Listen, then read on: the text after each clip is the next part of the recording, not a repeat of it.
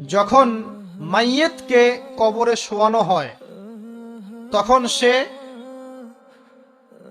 তাকে দাফন করে যাওয়া ব্যক্তিদের হাঁটার খসখস আওয়াজ শুনতে পায়। এরপরে তাকে যখন শুইয়ে দেওয়া হয়, সে যদি মুমিন ব্যক্তি হয় তাহলে তার মাথার দিকে তার সলাত এসে দাঁড়িয়ে যায়। দুনিয়াতে আপনি যে নামাজগুলো পড়েছেন, আমি যে নামাজগুলো পড়ছি, এগুলো মাথার দিকে দাঁড়িয়ে যায়। ডান দিকে চলে আসে তার সওম, সওম মানে কি? রোজা। বাম দিকে চলে আসে যাকাত, যাকাত মানে কি? যাকাতের সাথে তো আমরা পরিচিত নই। আমরা ওই যে রাস্তাঘাটে যে দান খয়রাত গুলো উঠানো হয়, এগুলোর সাথে খুব পরিচিত, তাই না? তারপরে পায়ের দিকে চলে আসবে তার আত্মীয়তার সম্পর্ক রক্ষার ইবাদত, তার এই যে অন্যান্য দান সদকা, তার নফল আমল, তার তাসবিহ তাহলিল, তার কোরআন তেলাওয়াত ইত্যাদি পায়ের দিকে চলে আসবে। এখানে একটা হাদিস এসেছে, সূরাতুল মুলক যে ব্যক্তি রাতের বেলা তেলাওয়াত করবে, কোন সূরা ভাই? তাবারাকাল্লাযী বিয়াদিহিল মুলক ওয়া হুয়া আলা কুল্লি শাইইন কাদির। এই সূরা যে ব্যক্তি রাতের বেলা করে তেলাওয়াত করবে, ইনশাআল্লাহ সূরা মুলকও কবরে তার সাথে থাকবে এবং কবর আযাব থেকে সূরা মুলক তাকে বাঁচাবে ইনশাআল্লাহ। আমি বুঝাচ্ছি যে কি অবস্থাটা হবে। এবার দুজন ফেরেশতা মাথার দিক থেকে আসবেন, আসতে চাইবেন, সালাত বলবে এখান দিয়ে আসা যাবে না, এদিক দিয়ে আসা যাবে না। ডান দিক দিয়ে আসতে চাইবেন, এদিক দিয়ে আসা যাবে না। বাম দিক দিয়ে আসতে চাইবেন, যাকাত বলবে এদিক দিয়ে আসা যাবে না। পায়ের দিক দিয়ে আসতে চাইবেন, আমলগুলো বলবে এদিক দিয়ে আসা যাবে না। তখন যাই হোক, তারা আসবেন। এটা তাদের, এটা কথা কি? এটা কথাটা হচ্ছে যে সলাতের গুরুত্ব, মানে সে সলাত আদায় করেছে, সে আমার হক আদায় করেছে, আমি তার পক্ষে আছি, এটা পক্ষে বোঝাচ্ছে। রোজা বলবে আমি ওর পক্ষে আছি, তাকে আপনি কোনো শাস্তি দিবেন না, আমি তার পক্ষে আছি। আপনারা দুজন তাকে শাস্তি দিবেন না, আমি যাকাত তার পক্ষে আছি, এটা পক্ষে থাকার কথা। তারপরেও তারা আসবেন, চোখগুলো হবে নীল এবং কালো বর্ণ, নীলাপ চোখের, কালো। মুনকার নাকি উঠে বসিয়ে দেওয়া হবে। এবার তিনটা প্রশ্ন। প্রথমে প্রশ্ন হচ্ছে কি, মান রব্বুক, তোমার রবকে?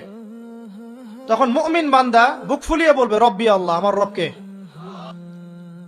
তারপরে প্রশ্ন হয়ে যাবে মা দিনুক, তোমার দিন কি ছিল? মুমিন বান্দা উত্তর দিবে কি, দিন ইয়াল ইসলাম, আমার দিন ছিল ইসলাম। এখানে শুনে রাখেন, পৃথিবীতে যারা ইসলামকে পরিপূর্ণ রূপে পালন করবে তারাই এই উত্তর দিতে পারবে ইনশাআল্লাহ। যারা ইসলামকে ঠাট্টা বিদ্রুপের হাসি তামাশার পাত্র বানিয়েছে, মন চাইলে কিছু করি, মন চাইলে কিছু করি না, সহজগুলো একটু আমল করি, বাকি কিছুর আমল ধারি না, হ্যাঁ, নামাজ পড়ি, সুদ ছাড়তে পারি না, ঠিক আছে, বছর বছর ওমরা করি, এদিকে ঘুষ দুর্নীতি ছাড়তে পারি না, ইসলামকে ঠাট্টা তামাশার পাত্র বানিয়েছে, এরা কোশ্চিনকালে উত্তর দিতে পারবে না মা দিনুক, দিনে পরিপূর্ণ রূপে ইসলামে প্রবেশ করতে বলেছেন আল্লাহ রাব্বুল আলামিন। যারা পরিপূর্ণরূপে ইসলামে প্রবেশ করবে এবং ইসলামের প্রতিটা মৌলিক বিধান মেনে চলবে, ইনশাআল্লাহ তারা এর উত্তর দিতে পারবে। এরপরে আসবে তৃতীয় প্রশ্ন, নবী সাল্লাল্লাহু আলাইহি ওয়াসাল্লামকে দেখানো হবে। যখন দেখানো হবে তখন সূর্য যখন ডুবে যায়, যে দৃশ্যটা আমরা দেখতে পারি না, ওই দৃশ্যটা ভেসে উঠবে এবং মুমিন বান্দা অস্থির হয়ে যাবে, বলবে আমাকে ছেড়ে দাও, আমি নামাজ পড়বো। সুবহানাল্লাহ। তার কারণ তার কাছে মনে হবে যে আসরের ওয়াক্ত হয়ে গেছে, আসরের ওয়াক্ত হয়ে গেছে, আসরের ওয়াক্ত চলে যাচ্ছে, আমাকে নামাজ পড়তে হবে। চিন্তা করেছেন? ওই যে একটা হাদিস আছে না, যে 7 শ্রেণীর মানুষকে আল্লাহ রাব্বুল আলামিন আরশের ছায়া দিবেন।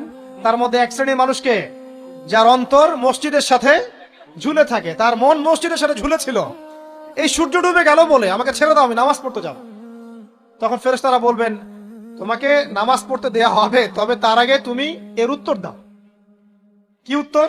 এই ব্যক্তির দিকে তাকাও। তখন নবী সাল্লাল্লাহু আলাইহি ওয়াসাল্লামকে দেখানো হবে, সাল্লাল্লাহু আলাইহি ওয়াসাল্লাম দরুদ পড়বেন, বলা হবে যে এই ব্যক্তির সম্পর্কে তোমার কি ধারণা? মান হাযা রাজুলু বুইসা ফীকুম, এই ব্যক্তি কে, যাকে তোমাদের কাছে পাঠানো হয়েছিল? মুমিন ব্যক্তি নির্দ্বিধায় বলে দিবে যে তিনি হচ্ছেন আমার নবী মুহাম্মদুর রাসূলুল্লাহ সাল্লাল্লাহু আলাইহি ওয়াসাল্লাম। দেখুন, পৃথিবীতে যে বা যারাই নবী সাল্লাল্লাহু আলাইহি ওয়াসাল্লামের সুন্নতের উপর আমল করবে, ইনশাআল্লাহ সে তার উত্তর দিতে পারবে। দুনিয়াতে যারা নবীর সুন্নতের 5 পয়সা পরোয়া করছে না, তার আদর্শের 5 পয়সা দাম দিচ্ছে না, তারা কোশ্চিন কালে উত্তর দিতে পারবে না। নাম হতে পারে আব্দুর রহমান, আব্দুর রহিম, নবীর সুন্নতের ধার ধারে না, তারা উত্তর দিতে পারবে। নবীর সুন্নতের গুরুত্ব কত গভীর, এটা আমাদেরকে এখান থেকে বুঝতে হবে। তাই প্রিয় যুবক ভাইরা, মুসলিম ভাইরা, আমাদের জীবনটাকে নবীর আদর্শ এবং সুন্নতে ঢেলে সাজাতে হবে। সকাল থেকে সন্ধ্যা পর্যন্ত প্রতিটা কাজ করবো কার তরিকায়? রাসূলের তরিকা। নামাজ পড়বো তার তরিকায়, রোজা, সিয়াম, হজ, জাকাত, আমল, মুআমালাত, আখলাক সব কার তরিকায়? নবী সাল্লাল্লাহু আলাইহি ওয়াসাল্লামের তরিকা অনুযায়ী ইনশাআল্লাহ। আল্লাহ পাক তৌফিক এনায়েত করুন, আমিন। এবার ফেরেশতা দুজন জিজ্ঞাসা করবেন অবাক হয়ে যে তুমি কিভাবে এটা জানলে? তুমি কিভাবে এই তিনটা প্রশ্নের উত্তর দিতে পারলে? কারণ বেশিরভাগ মানুষ তো উত্তর দিতে পারবে না। বেশিরভাগ মানুষই এই উত্তর দিতে পারবে না, কারণ কিয়ামতের মাঠে 1999 জন মানুষ জাহান্নামে যাবে। নাউজুবিল্লাহ। তো এটা কঠিন পরীক্ষা। আল্লাহ রাসূল সাল্লাল্লাহু আলাইহি ওয়াসাল্লাম বলেছেন যে নিশ্চয়ই তোমাদেরকে এখানে পরীক্ষায় ফেলা হবে, আর তোমরা যদি এই পরীক্ষা জেনে তোমাদের মৃতদেরকে দাফন করা থেকে বিরত না থাকতে, তাহলে আমি তোমাদেরকে শুনিয়ে দিতাম কবরে কেমন পরীক্ষা হয়। মানে যদি আমরা শুনতে পারতাম যে কবরে কেমন পরীক্ষা হয়, আমরা ভয়ে আমাদের মৃতদেরকে দাফন পর্যন্ত করতাম না। এটা নবীজি বলছেন সাল্লাল্লাহু আলাইহি ওয়াসাল্লাম। তাকে জিজ্ঞাসা করা হবে যে তুমি কিভাবে জানলে এটা? বেশিরভাগ মানুষ তো পারে না উত্তর দিতে। তখন সেই ব্যক্তি বলে বসবে, সেই ব্যক্তি বলবে যে করাতু কিতাব আল্লাহ, আমি আল্লাহর কিতাব এই কোরআন পড়েছি। মুমিন বলবে আমি আল্লাহর কোরআন পড়েছি, ফাআমানতু বিহি, আমি এর উপর ঈমান এনেছিলাম, ওয়া সাদ্দাকতু, এবং সত্যায়ন করেছিলাম। সুবহানাল্লাহ। অতএব দুনিয়াতে যারা দ্বীনের জ্ঞান অর্জন করছে না, কোরআন পড়ছে না, হাদিস পড়ছে না, পড়াশোনার চেষ্টা করছে না, জানার চেষ্টা করছে না, কবরে পাওয়া ডিফিকাল্ট আছে। এটা একটা অন্যতম প্রশ্ন। আমরা কিন্তু মনে করি তিনটা প্রশ্ন হচ্ছে, আসলে প্রশ্ন হচ্ছে কয়টা? চারটা। তিনটার পরে আরো একটা এক্সট্রা। কিভাবে জানলে? তখন উত্তর দিচ্ছে আমি আল্লাহর কিতাব পড়েছি, ঈমান এনেছি, সত্যায়ন করেছি। সুবহানাল্লাহ। নবী সাল্লাল্লাহু আলাইহি ওয়াসাল্লাম হাদিসের পরের অংশে বলছেন যে যখন কাফের বান্দাকে উঠানো হবে, তখন ডানেও কিছু নাই, বামেও কিছু নাই, সামনে পিছনে কিচ্ছু নাই। মাথার দিক থেকে ফেরেশতারা চলে আসবেন, উঠিয়ে বসানো হবে, প্রশ্ন করা হবে কে তোমার রব? একটাই উত্তর, লা আদরি, আমি জানি না। নাউজুবিল্লাহ। কি তোমার দিন? লা আদরি, আমি জানি না। এই যে আল্লাহর তো খবর নাই, আল্লাহ পাকের বিধান মেনে চলার কোনো খবরই নাই, পরোয়াই নাই। সে জানবে কিভাবে ইসলাম কি জিনিস? সে জানবে কিভাবে আল্লাহ কি জিনিস? ও তো আল্লাহকে চিনেই না। দিব্যি বলে বেড়াচ্ছে মহাবিশ্ব সৃষ্টি হয়েছে বিগ ব্যাং থেকে, আল্লাহ বলে কেউ নাই। মানুষ সৃষ্টি হয়েছে বান্দর থেকে। নাউজুবিল্লাহ। কিভাবে উত্তর দিবে মান রব্বুক? 3 নাম্বার প্রশ্ন যখন করা হবে, এই ব্যক্তিকে দেখো দেখি, সে বলবে যে আমি জানি না এই ব্যক্তিকে, তবে শুনেছিলাম, মানুষের মুখে শুনেছিলাম, মানুষ যা বলতো আমি তাই বলতাম। মানে সে রাসূল সাল্লাল্লাহু আলাইহি ওয়াসাল্লামের নাম শুনেছিল হয়তোবা, কিন্তু তার সুন্নত বা আদর্শ কখনো মেনে চলে নাই, পারলো না। এবার জান্নাতি ব্যক্তি হলে কি হতো? ওই যে সূর্য ডুবছিল যেখানে, তার দৃষ্টির সীমা পর্যন্ত কবরকে প্রশস্ত করে দেয়া হতো, এবং জান্নাতের একটা দরজা তার কবরে খুলে দেয়া হতো। এটা কিভাবে করা হবে সেটা আল্লাহ পাক জানেন। এটার ব্যাখ্যা করার জ্ঞান আল্লাহ আমাদেরকে দেন নাই।